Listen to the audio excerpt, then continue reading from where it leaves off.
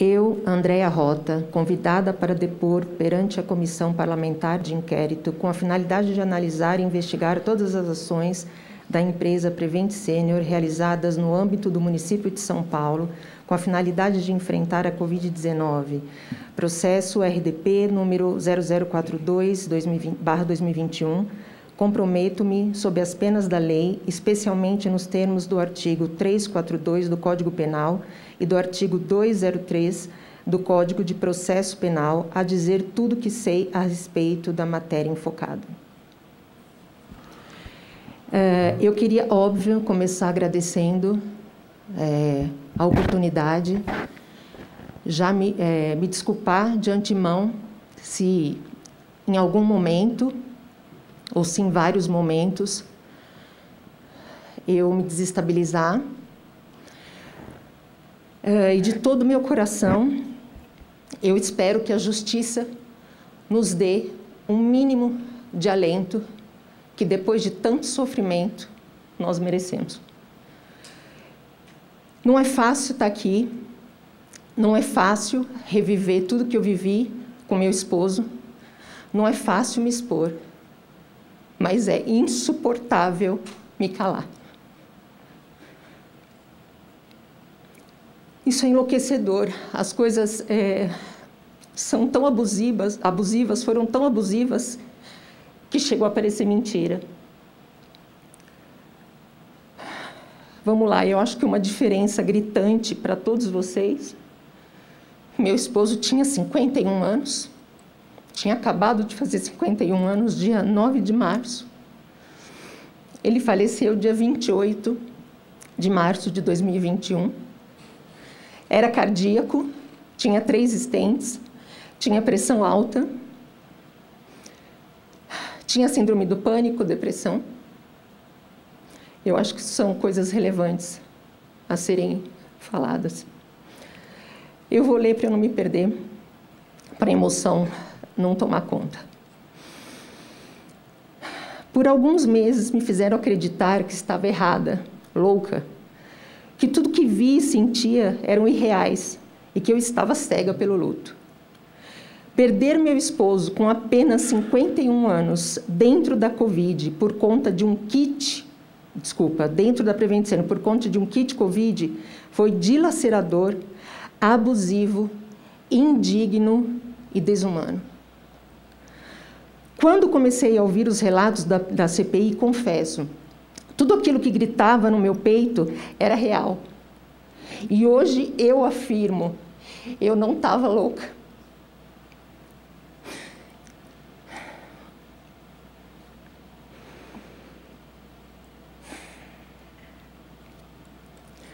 Quem ignora o que sente toma decisões completamente equivocadas, e eu tomei. Me calei por 6 meses. Se eu não tivesse ignorado meus sentimentos, teria optado pelo amor, que é a justiça, e não pelo temor. Mas eu ignorei o que passei, tudo que vi e presenciei. Assim, a vida passou, e eu não. Agradeço a coragem da gigante doutora Bruna, a determinação dos médicos e vítimas, porque os olhos da minha alma estavam apodrecidos pela presença daquilo que eu não desejava ver. É lamentável que a grande maioria das pessoas coloquem a culpa da perda dos seus familiares na conta de Deus. Eu não quero entrar no mérito da questão, eu creio nele sim. E entendo que temos o livre-arbítrio, o mesmo que a Prevent Senior usou com toda a sua potência, medicando erroneamente e ignorando os sintomas do meu esposo e de outras tantas vítimas. Vou começar as vias de fato. Dia 4 de março de 2021, por volta das 9 da noite, meu esposo começou a sentir sintomas gripais, dor no corpo, dor de cabeça leve. O Fábio era extremamente neurótico por conta do coração e óbvio que o pânico, a depressão o faziam ser extremamente preocupado com o mínimo. Preocupado com a Covid por ser cardiopata, ter 3 stents no coração, pressão alta e usar medicação controlada, no dia 6 pela manhã, Fomos até o pronto atendimento Santa Maggiore de Sant'Anna. Rapidamente ele foi atendido. Não fizeram tomografia. A médica foi, enfim, disse para o Fábio assim: seu Fábio, tem barriga de porco, orelha de porco, focinho de porco, me parece porco, referindo-se que aqueles sintomas que ele estava sentindo eram sintomas de Covid. Fizeram o PCR e disseram que ficaria pronto em 72 horas e que ele voltasse para casa tomando o kit Covid. A gente saiu de lá numa sacola verde, como todo mundo aqui relata, as medicações todas já embaladas com a quantidade correta dos dias. Essas medicações eram azitromicina, hidroxicloroquina, ivermectina, colchicina, não é predicina, né, que fala, mas enfim, é um corticoide, vitamina C mais zinco, vitamina D e uma proteína. Voltamos para casa, meu esposo seguiu tomando a medicação conforme prescrição médica. No dia 10 de março de 2021, voltamos ao mesmo pronto atendimento, Santa Maggiore em Sant'Anna. Meu esposo não estava bem. Começou a ter febre e agora sentia falta de ar e quedas de pressão. Vale lembrar que ele é hipertenso, então pressão baixa para ele era algo surreal. Tosse incessante e mal-estar. Para nosso azar, fomos atendidos pela doutora Isabela Freitas Chaves. Péssimo atendimento. Nós, quem tivemos que sugerir tomografia, eletro, exames de sangue, e ela respondia às nossas sugestões. Isso foi surreal. Ah, pode ser. Ah, talvez. Aquilo me irritou. Sou neta de italiano. Extremamente, né? Aquilo me irritou. Eu desci e comecei. Com quem eu faço reclamação? Com quem eu faço reclamação? Com quem eu falo? Me deram um papel da Prevent Senior que eu fotografei. Isso eu já mandei para vocês. Reclamando da postura dela. Eu vou continuar a ler, para não me perder. Desculpa. Vamos lá, onde eu parei aqui. A doutora Isabela, péssimo atendimento. Ela respondia, talvez, pode ser. Fiquei extremamente irritado e fiz uma reclamação por escrito num papel próprio da Prevent Senior. Reclamação essa que constava o péssimo atendimento e o descaso com a saúde do meu esposo, que já havia estado lá e saíra tomando kit Covid e só apresentava piora no seu quadro clínico. O resultado do teste ainda não havia saído. Nessa época, eles pediam 4 dias, 72 horas, para ficar pronto.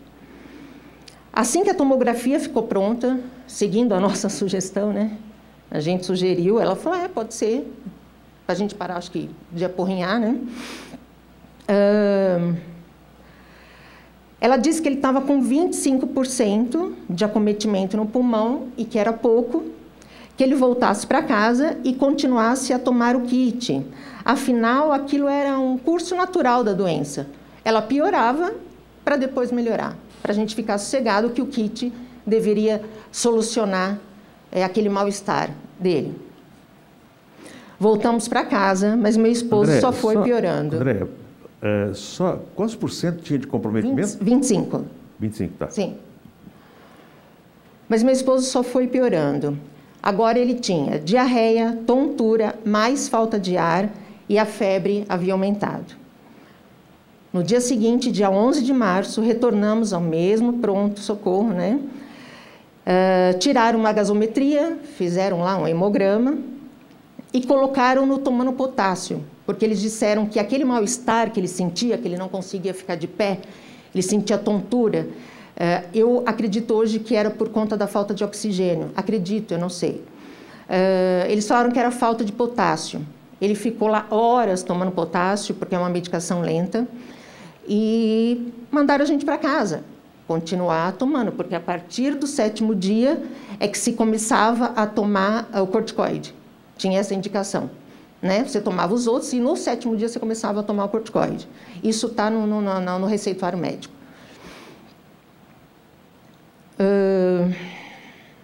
Ok.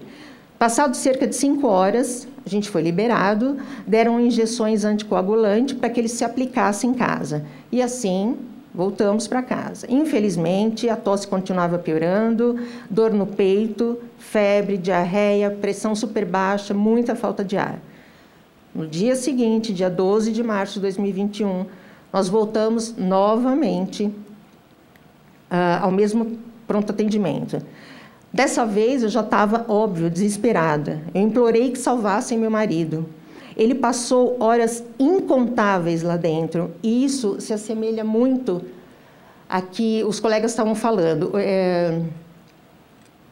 Ele ficou jogado na parte de medicação, tem um monte de cadeirinha, e ele não descia, não voltava. O Fábio já estava extremamente fraco, ele estava com o telefone, mas ele disse que o telefone pesava na mão dele. E eu falava, o Fábio deve estar ficando louco, né? Como é que um telefone pesa na mão para se comunicar? Como ele não falava comigo, não mandava mensagem, eu, a louca do 72, saía pela escadaria e ia peitando todo mundo, ia entrando. Encontrei ele jogadinho num cantinho, assim, encolhido, gelado. Fui pedir um cobertor, cobri, enfim. Sem comer, eu não me recordo tanto de horas, mas já há mais de 8 horas. Eu saí, comprei um suco para ele e subi e levei. Quando ele já tinha quase terminado o suco, faltando 2 dedos, a enfermeira falou, a senhora não pode trazer comida aqui. Eu falei, então vocês deem pelo menos água para ele. Enfim. Ok, ele passou horas incontáveis lá dentro. Resolveram, depois que eu gritei, interná-lo. Me disseram que ele seria levado para um hospital parceiro, chamado Presidente, porque eles não tinham mais leito algum, mais vaga em lugar nenhum da Prevent. Como eu nunca tinha escutado falar desse hospital, eu dei um rápido Google e vi que as avaliações eram horripilantes, era tido como um hospital de carniceiros. Me apavorei e corri para o setor de internação. Avisei o rapaz que eu não liberaria a internação do meu esposo para esse hospital Presidente. Avisei ao rapaz também que estava pegando meu celular para filmar o descaso da Prevent com os pacientes. Pedi que ele verificasse as vagas nos outros hospitais recém-inaugurados, Dubai, Londres, que eles faziam tanta propaganda. Ele chamou seguranças, que tomaram meu celular, devolveram depois que o vídeo já tinha sido apagado. Tudo isso muito discretamente, sempre encurralando para que a gente, enfim, não fizesse escândalo. Acho que é para abafar, eu não sei. Comecei a gritar, falando que eles estavam matando as pessoas e que ninguém fazia nada. Nesse inteirinho, uma enfermeira passou de lado e disse para mim, não deixa levar seu marido para o Presidente, as pessoas estão indo lá só para morrer. Passados 15 minutos, um enfermeiro veio me avisar que havia conseguido uma vaga na Prevent Sênior do Jardim Paulista, que é o da Brigadeiro. Ingenuamente, eu acreditei que ele estaria bem. Afinal, era um hospital referência da Covid. Depois de várias horas, eu e meu esposo seguimos de ambulância para internação na Prevent.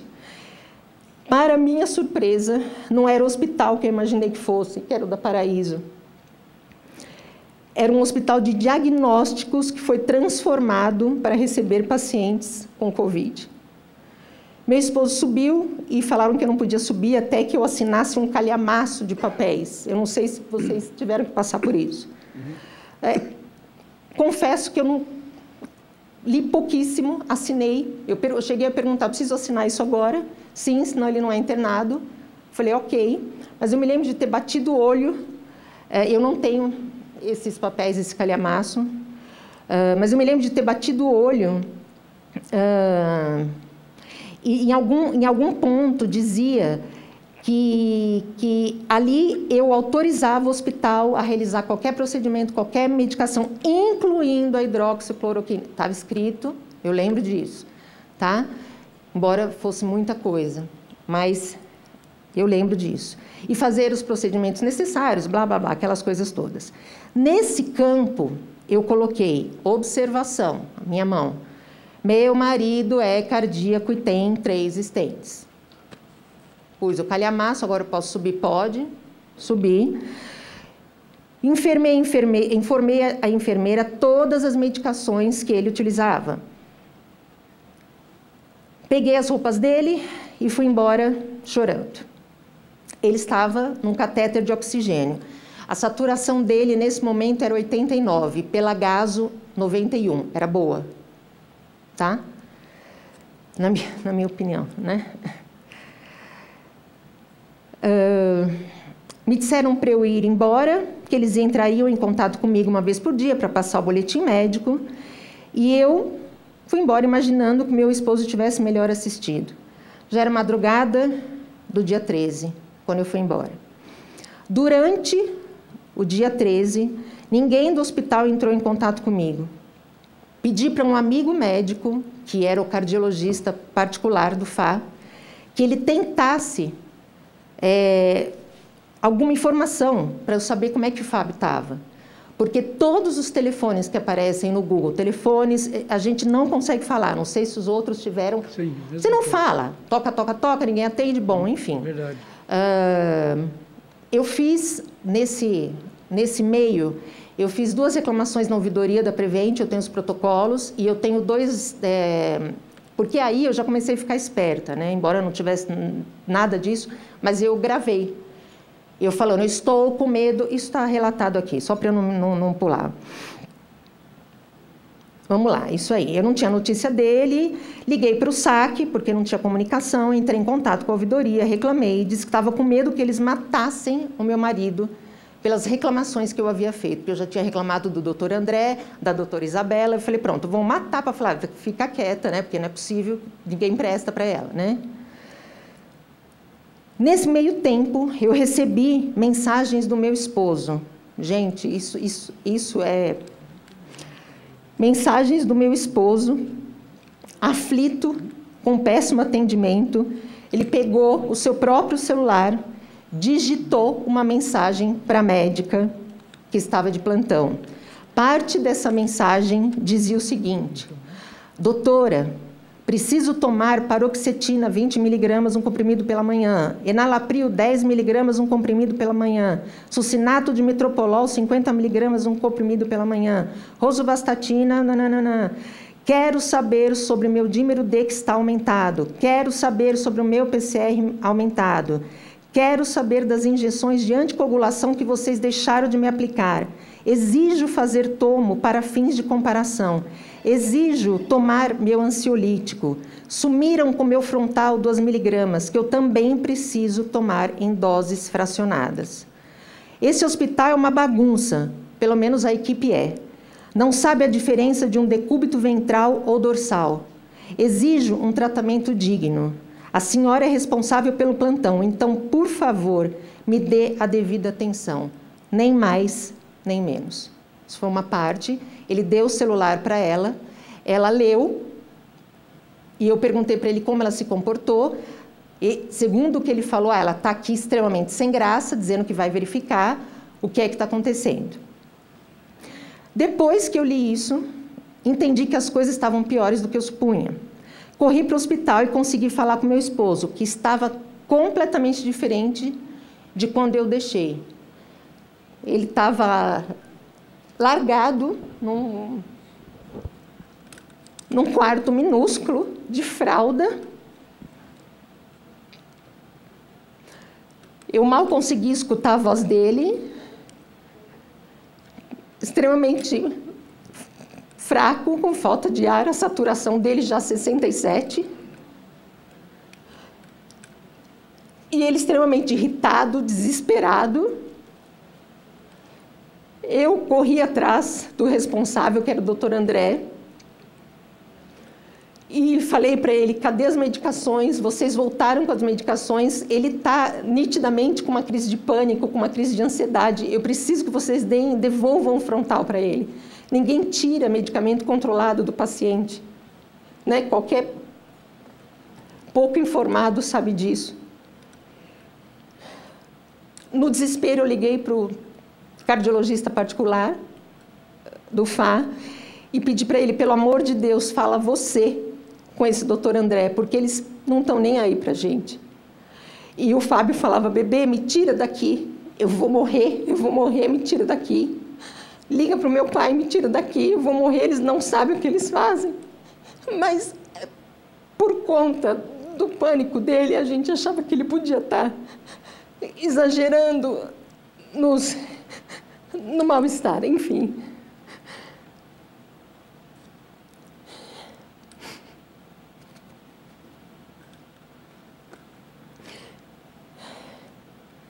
Nessa noite, eu fui conversar com a doutora Larissa. O plantão do doutor André tinha acabado. Eles tinham passado o Fábio do catéter para uma máscara de alta ventilação. Tem um saquinho embaixo. E aí, já era tarde, o plantão tinha passado, já era a doutora Larissa, não é a mesma, a doutora Larissa Biazin. E acho que foi a única que falou a verdade para mim o tempo inteiro. Eu falei para ela, doutora, mas o que está acontecendo? Ela falou, André, ele está muito ruim. E eu vou fazer uma última tentativa de colocá-lo numa máscara BiPAP. E se ele não responder, ele vai ser entubado essa madrugada. Então, eu já estou deixando tudo pronto aqui do lado, porque, pelo meu conhecimento, nós vamos ter que entubá-lo. Se o Fábio sabia, eu estava do lado quando a doutora Larissa falou. E ele perguntou, doutora, quantos dias a senhora vai me deixar entubado? Ela falou, Fábio, não sei, talvez 7 dias. Eu não sei, tudo depende da sua evolução. E ele fez um sinal com a cabeça que vai fazer o quê, né? E eu falei para ele, amor, por que você está preocupado? Aí ele falou, bebê, se eu passar mais de 7 dias, a hora que eu vou voltar aleijado. Vou ter que aprender a andar, enfim. Ele tinha preocupação. Eu fui embora de lá, eram umas 9 e pouco da noite.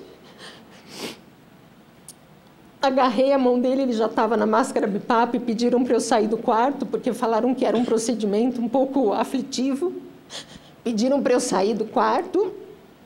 Eu saí, quando eu voltei, ele já estava na máscara. Respirando,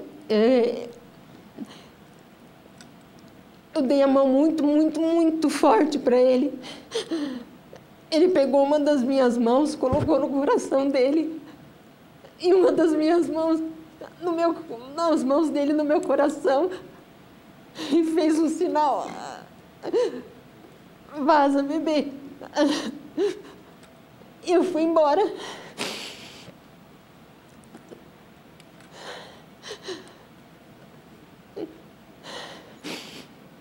Naquele mesmo dia, quase meia-noite, o Fábio me mandou uma mensagem, bebê, vão me entubar, vou viajar, deixo filhos e uma esposa que nunca amei tanto.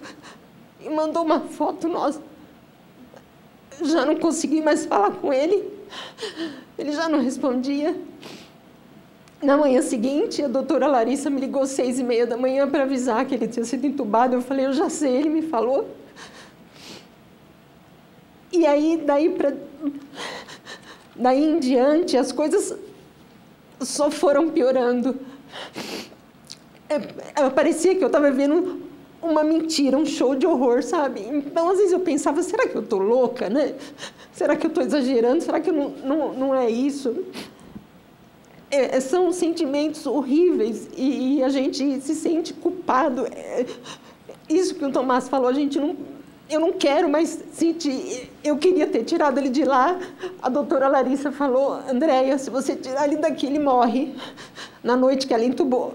Eu falei, doutora, eu quero tirar ele daqui. Ela falou, se você tirar ele daqui, ele morre. Eu primeiro preciso pelo menos entubar. Antes de ele ser entubado, acho que vale, eu não coloquei aqui, mas vale, eles queriam, como o Fábio exigiu, né, uma tomografia, segundo o que falaram para ele, eles se juntaram com 3 médicos. O Fábio falou, bebê, estou indo fazer tomografia, passou 20 minutos, ele falou, bebê, não vou mais, meu estado é muito grave, eles falaram que é arriscado. e que a conduta não vai mudar, independente de saber como é que está o pulmão ou não. Porque ele teria que ser levado de ambulância para fazer uma tomo em outro hospital da Prevent. Daí para frente, o show de horror continuou.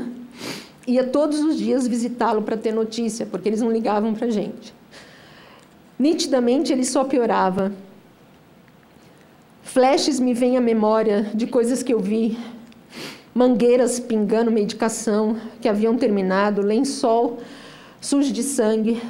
Meu esposo estava muito inchado, a testa, o olho grudado assim, super machucado, jugular machucado, a cabeça toda cheia de sangue. Devia ser, acho que eles deviam estar procurando veia, não sei. Eles nunca foram honestos comigo. Sempre muito bem coberto. E hoje eu sei por que eles mantinham ele extremamente coberto, porque ele tinha escaras. Ele passou a maior parte dos 14 dias que ele ficou entubado, ele passou pronado. Quando não tinha mais jeito, eles viraram e entregaram para Deus, né? Meu esposo chegou a reagir 2 vezes quando eu fui lá. Ambas pronado, uma delas balançou a cabeça muito forte, como quem quisesse falar alguma coisa. E uma outra, ele levantou parte do tronco.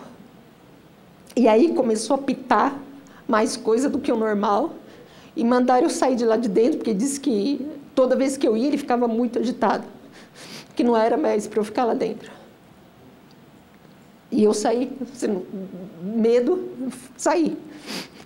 Fui embora. No dia seguinte, eles me perguntaram se o Fábio usava droga. Aí eu falei, como assim? Né? Ele é usuário de droga? Eu falei, óbvio que não. Né? O que ele toma, vocês já sabem. E aí eu perguntei, por quê? Não, porque a gente tem que fazer altas doses de sedação para acalmar ele. Depois desse dia, que começou tudo a pitar e ele ameaçou levantar o tronco, eu nunca mais vi o Fábio reagir para nada. É óbvio que eles sedaram ele de uma maneira gigantesca. E aí ele já não dava mais. Mas nunca ninguém me disse, sabe? Olha, só a doutora Larissa. Os outros não, olha, assim, viu? Eles passavam, falavam, olha, a gente fez isso, fez aquilo, não sei o que, tá, tchau. Não te deixavam nem falar. E quando você falava, doutor, não, espera só um pouquinho. E já foi uma época também muito complicada.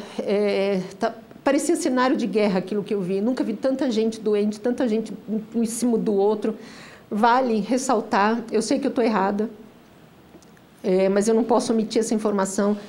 Eu também peguei Covid e ia ver meu marido e eles sabiam disso. Então, eles me deixavam ficar 15 minutos, eu entrava toda paramentada lá, com coisa no pé, na cabeça, nas mãos, no rosto. Ficava 15 minutos por dia e ia embora. Enfim, errado, ok, mas eu não podia largar ele lá, sozinho. No último dia, no dia do falecimento dele, quando eu fui vê-lo, ele estava cheio de gelo, pelo corpo inteiro, saco de gelo. E eu perguntei o que estava acontecendo, e o médico disse que, André, ele está com uma febre que não abaixa com medicação nenhuma. E ele dava uns pulos, assim, sabe? No leito. E eu falei, Jesus Cristo, o que é isso, né? Depois eu fui ler, ele, óbvio, ele deve ter chocado, né?